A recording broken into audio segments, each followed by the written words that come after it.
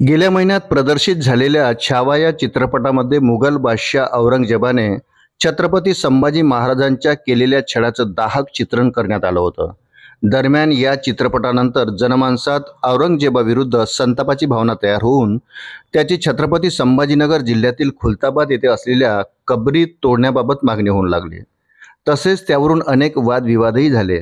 तसेच औरंगजेबाच्या कबरीवरून निर्माण झालेल्या तणावाची परिणिती म्हणून नागपूरमध्ये दंगल उसळली होती. या पार्श्वभूमीवर ऑल इंडिया मुस्लिम जमातचे राष्ट्रीय अध्यक्ष मौलाना शहाबुद्दीन रझवी यांनी नागपूरमधील हिंसाचारासाठी छावा चित्रपटाला जबाबदार ठरवला आहे. तसेच त्यांनी या चित्रपटावर बंदी घालण्याची मागणी केली आहे. वृत्त सविस्तर जाणून घेण्याकरता चॅनलला सबस्क्राईब जरूर करा. नागपूरमध्ये उसळलेल्या हिंसाचाराबाबत बोलताना मौलाना शहाबुद्दीन रझवी यांनी सांगितले की नागपूरमध्ये झालेल्या दंगलीसाठी छावा चित्रपट जबाबदार आहे. या चित्रपटावर बंदी घातली पाहिजे. तसेच या चित्रपटाचे दिग्दर्शक, निर्माते आणि लेखकांविरोधात कायदेशीर कारवाई केली पाहिजे. या संदर्भात मौलाना रझवी यांनी केंद्रीय गृहमंत्री अमित शहा यांनाही पत्र लिहिलं आहे.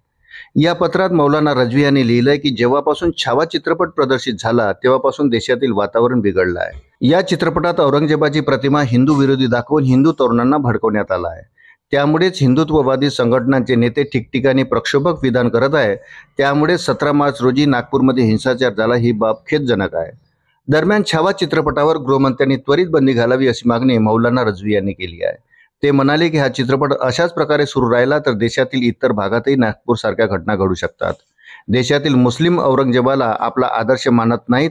आम्ही त्याला केवळ एक राज्यकर्ता मानतो, असेही त्यांनी सांगितले.